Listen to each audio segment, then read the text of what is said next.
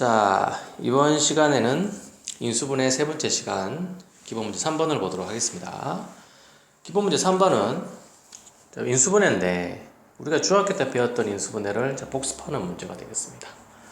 중학교 때 배웠던 것 중에서 이제 중요하고 고등학교 때 많이 나오는 것들로 이제 4가지 정도를 문제를 추려봤는데요. 이 4가지 문제를 풀기 전에 우리가 인수라는 게 뭔지, 인수분해가 뭔지를 한번 살펴보겠습니다. 자, 인수분해라고 하면 식의 형태가 최종적으로 곱셈의 형태로 되어 있는 것을 우리가 인수분해라고 얘기를 합니다. 우리가 중학교 때 배웠던 게 12를 소인수분해 하시오라고 하면 12는 2의 제곱 곱하기 3이죠. 이게 소인수분해라고 합니다. 그럼 얘는 이제 보시면 2의 제곱 곱하기 3이잖아. 10이라는 숫자가 2의 제곱 곱하기 3 곱셈의 형태로 되어 있죠.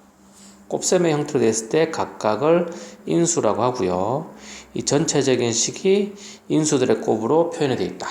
그래서 인수분해를 했다. 이렇게 얘기를 합니다. 근데 여기서는 인수분해인데 이거는 왜 소인수분해냐? 이 인수들이 전부 다 소수로 이루어져 있는 거죠. 그래서 이것은 소인수분해라고 한다.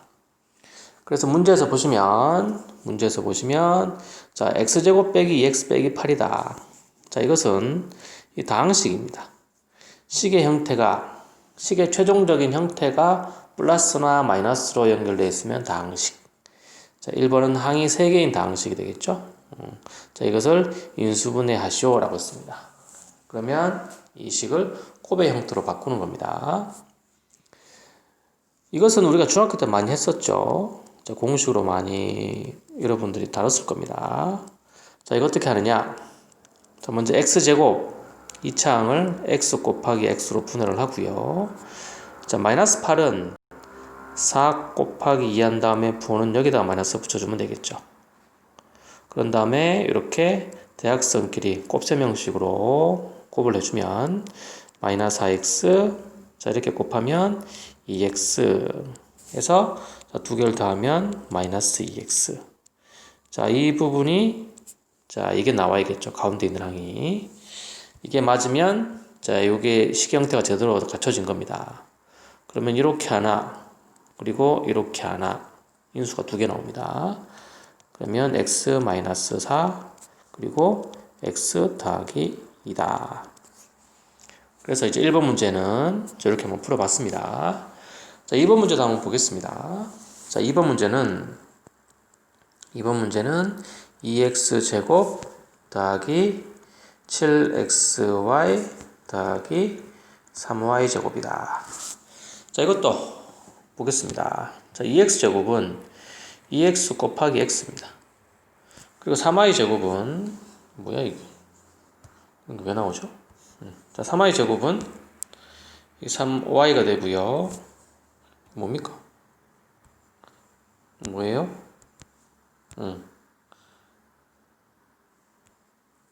왜 왔을까? 노즈 옆으로 좀 가있고 3y하고 y가 되겠죠. 이렇게. 그래서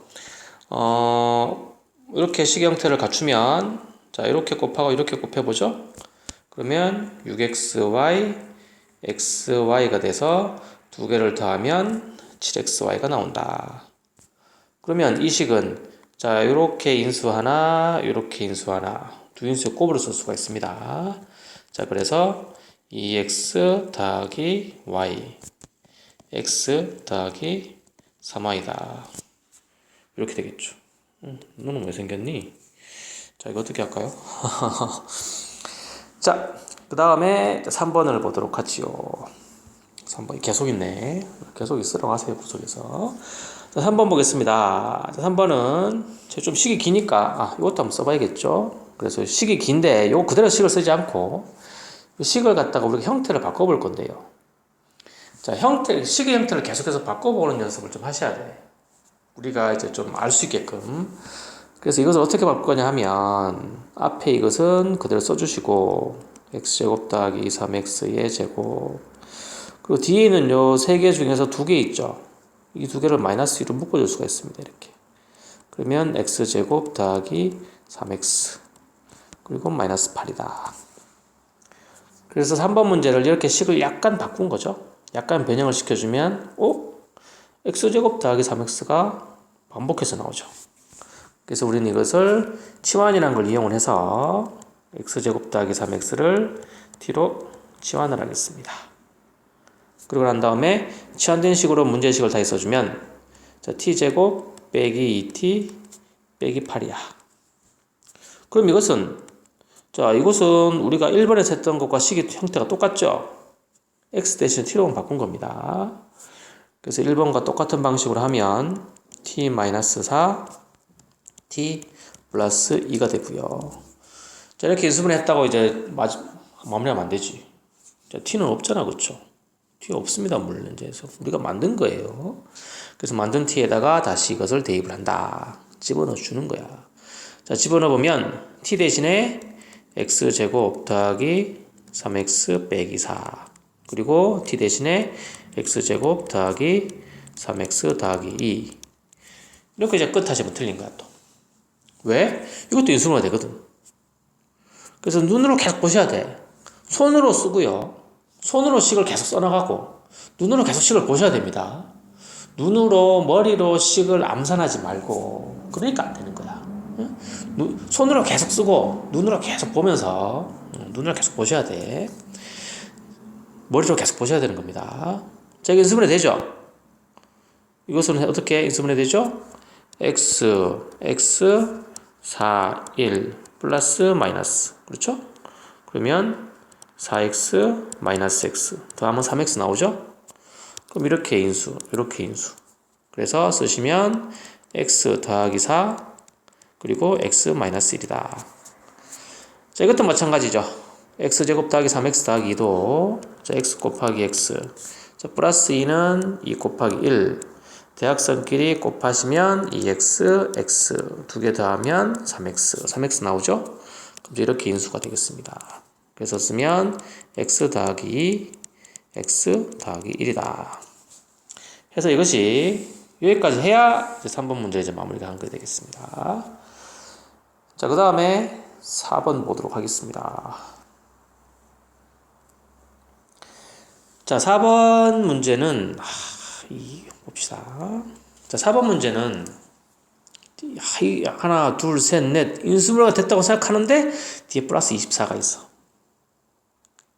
그러면 이 플러스 23은 없으면 인수분해가 된 거잖아, 그쵸? 그럼 이제 플러스 24를 안에서 넣고 싶죠? 이 플러스 24를 안에서 꾸겨서 넣을 수 있는 성질이 아닙니다, 이게.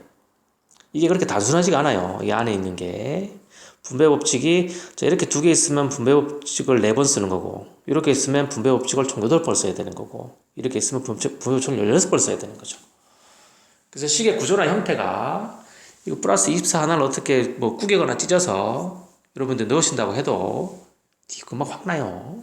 틀린 게 확 티납니다. 그럼 어떻게 하느냐? 자, 이 식의 형태가 뭔지를 봐야 돼. 이게 인수분해, 약간 빗나간 인수분해 형태의 식이 아니고 하나, 둘, 플러스 다항식입니다. 다항식을 인수분해로 바꾸셔야 돼. 그럼 어떻게? 다시 분해해가지고 펼친 다음에 거기서부터 우리가 알고 있는 체계를 가지고 전개를 해야 되는 거죠. 그래서 이거를 다 부셔서 펼친다. 즉 전개를 할 건데 전개를 할 때 4개를 한꺼번에 하기에는 아직은 조금 힘들죠.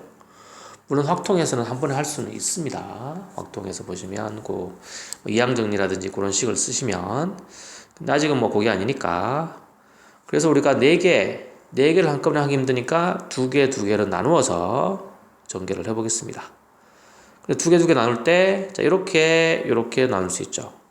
이렇게 2개를 나누시면 나눠서 요거 2개만 전개를 하면 자, x제곱 빼기 4x 더하기 3 이렇게 되고 자, 이렇게 2개 전개를 하면 x제곱 더하기 6이죠.